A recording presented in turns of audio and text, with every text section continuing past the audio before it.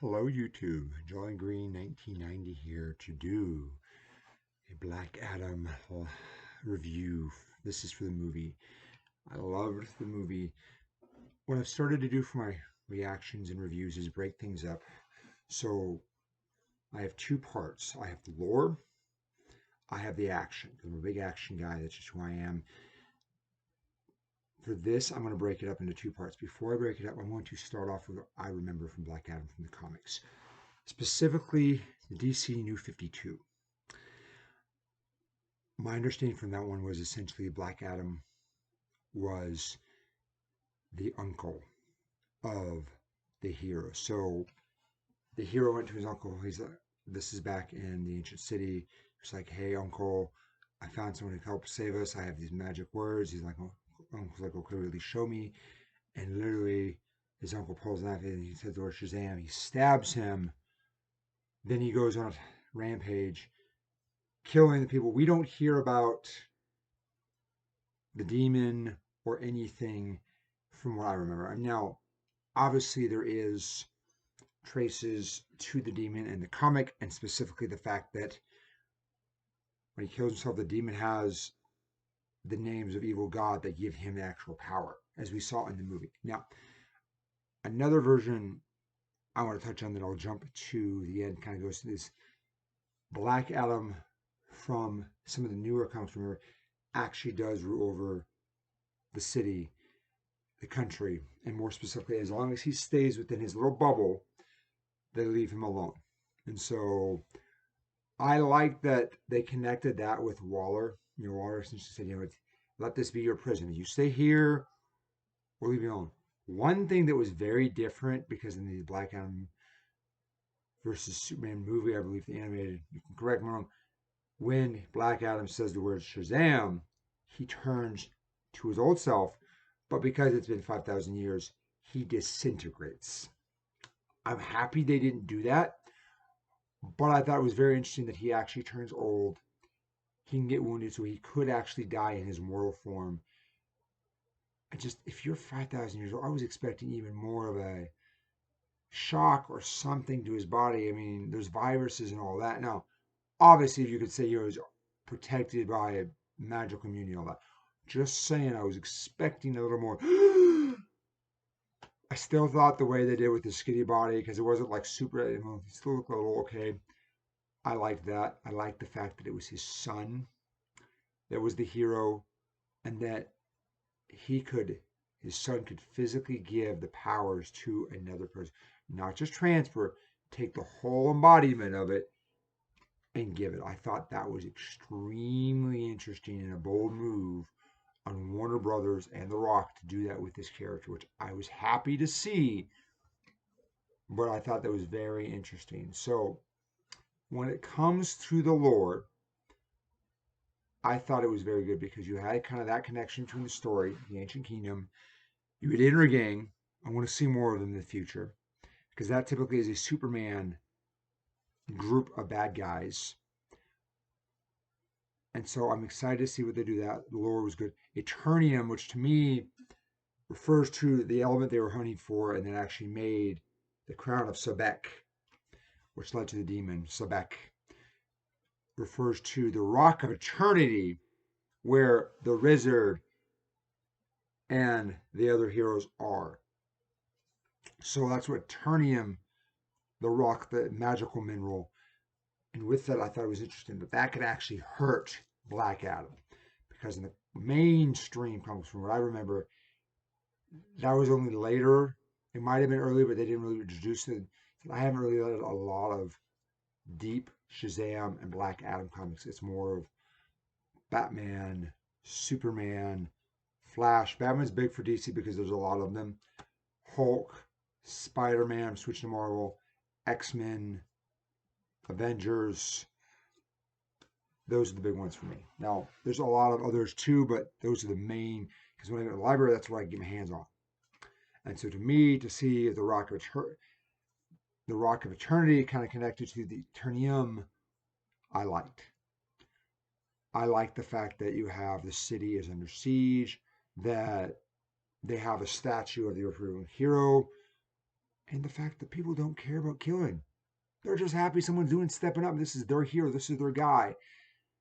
And then you have Adam Smash. Oh, I love the actor who plays his uncle. And that was it for Uncle Al. To me, back to the TV show, which that actor was from. And then you have Cyclone. Her costume, her powers, spot on. Let's talk about Carter Hall for a second. The myth, the man, the legend, the king. His attitude, his ego, perfect. I loved every bit of his interaction with Black Adam. It was like boom, boom, every single time. It's like, oh, you want to go? You want to go? I'm the man. I'm in charge. You do what I say. Perfect. Liked his powers. They didn't go a lot into his backstory. We didn't need that much for this movie. Thought that was good. I knew I was going to like it, but this character, but I loved Pierce Brosnan's Dr. Fate. And I watched the interview where he and his sons are actually big fans of Doctor Strange, and that was why he took the role for the character. And so I'm like, perfect. And so I loved his powers. I liked everything they did with it. I thought it was perfect fit. I liked his interaction between Black Adam, Carter. He was like the mediator, and I thought it was interesting because Dr. Fate, when he puts on the helmet, he literally is a different person. It's an elder god, I remember. And so I like that they had kind of him touching it and seeing the future. Based on what I could see and hear, it didn't sound like it was his still voice. It sounded more like it was the actual character, the human, not the actual other one. Spoilers for anyone not seen it, he dies. And so I had a friend say, hey, maybe going forward, they'll have Pierce Brosnan be the voice of the helmet. And I thought that would be a wonderful, wonderful way to do it. And so I liked his magic. I liked the fact that he did the multiples. I liked the fact that Carter Hall had permission to hold and use the helmet for a time being and actually do the doubles. Because those doubles, from what I remember, are not actually Vision. Those are straight up smaller, weaker versions of him pummeling, actually doing stuff for a limited range. I don't know how far wide the range is, but the fact that he could do that directly related to the comics for his powers. The eye, perfect. Switching to the people for a second, when they did their symbol, there's been a lot of pyramid stuff, whether it's in America, Egypt, other ancient cultures. Everything is linked to that. The triangle, so I thought that was good. I said I liked Black Adam's origin. They showed him kind of. I like that they didn't give you everything at the beginning. They kind of going back and giving you pieces of the truth of what really happened, and then kind of showing him the son of the archaeologist kind of being his hero moment. Say, hey, you need a superhero catchphrase. So Dwayne The Rock Johnson, in my opinion, took this character who truly was more evil and made him an anti-hero. Newer versions, he is more of an anti-hero. But I thought Dwayne The Rock Johnson really took that further. So it wasn't just a straight up fight. There was morals, there was reasoning behind you. This was a character you could actually talk to and get back down from a fight, which I thought was good. And so I liked that about him. I jumped from lore to the character for a bit. I liked the fact that we had an original descendant of the evil king, and then when he was egging him on to kill him so he could get the powers of Sebek, demon, and then we saw that. And so I thought that was a very good way to progress the story. So that's not really my realm, so I'm not going to hit on that. To me, I love more of the other characters, and so I like the fact that you had Waller. I like the fact that you had the actress, the character who was in Peacemaker as well as in Suicide Squad, specifically James Gunn's wife. I forget her name, but she was kind of like seemed more like not Amanda Waller's essentially right hand woman, but more like her second or her third. So she had power back again. So I thought that was nice to see her. And I'm curious to see how they're going to bring all that together. One thing with DC is they're not really explaining a lot of the other characters' backstories, and that's why I like Marvel is actually does a quick little, this is what happened, this is here you are, boom.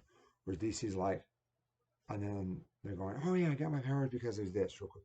Literally a quick, not even a flashback or anything. It's just boom, boom, boom. Let's move on. And I get it. There's been some confusion with the direction of Warner Brothers and others, but to me, it'd be nice even like a small 5-minute, 2-minute clip of, Cyclone show. She got powers. Atom Smasher, they did, I thought, a really good job with at least his uncle kind of explaining the suit. I would like to know more about the suit and the process, but with all of which was packed in the movie, I get it. And so I thought that was perfect for him. Carter Hall, Doctor Strange, Doctor Fate, and then Cyclone to me were the three that would have been nice to have a little more backstory. So even a prequel for Doctor Fate, even do a Hawkman, Hawkwoman movie, explain that. Move to the end where the story where essentially the demon is defeated by literally Black Adam ripping him. I get it. He's afraid of him, but I still think this is a demon who's supposed to be on par with Black Adam. I would have liked to see a little more with his lightning. I mean, because I love the scenes where he was just decimating people with his lightning. They showed that in the music, made it more flow as well. And so that's one thing I would like to see more of. So, lore, obviously a 10 out of 10 for me, especially because at the very end, we have Waller shows bot. She's like, hey, treat this country as your prison. You leave it, we'll put you down. Stay in it, you're fine. He's like, no one can stop me. It's like, send you in. She's like, fine, I will. Superman, Henry Cavill shows up. It's like it's been a long time since the world's been this, since anyone in the world this nervous. And so I love that tension. The Rock in the interviews just talked about, how when you have these interactions with Henry Cavill. And so I think from what I've seen online, they are Henry Cavill directly because The Rock is coming back and going to play a major role in upcoming movies. I think a lot of fans, a friend of mine especially, has been dying to see more of Cavill's Superman. So I'm excited for that. Action. I don't want to give this like a 20 out of 20 awesome movie. I mean, let's back up the lore then. Lore, I would probably say 7.58 because I still think there's some stuff they could do. They didn't directly time the comics and they changed some stuff, which is fine. That's just action. I would say 9 because I thought the music, the action, the lightning, the fight scenes, spot on. I loved it. I thought this was a wonderful, wonderful DC movie. Good action, good characters, especially to me that stood out was obviously Black Adam, Doctor Fate, Carter Hall. I like the supporting cast, don't get me wrong, but those three right there, I think Red in general was supposed to steal the show, and to me they did. And so, and Superman just for the heck of it, because literally shows them and everyone's like, yeah. So I would give this movie an 17.5 out of 20. So 10 for the action, 7.5 to 8 for the lore. I'm going for reviews will all be out of 20 points. If you like this, leave a like. If you didn't like it, leave a dislike. Leave a comment if you do, so I know why. So I no change. It's been Jolly Green, 1990. Signing out. Bye, YouTube.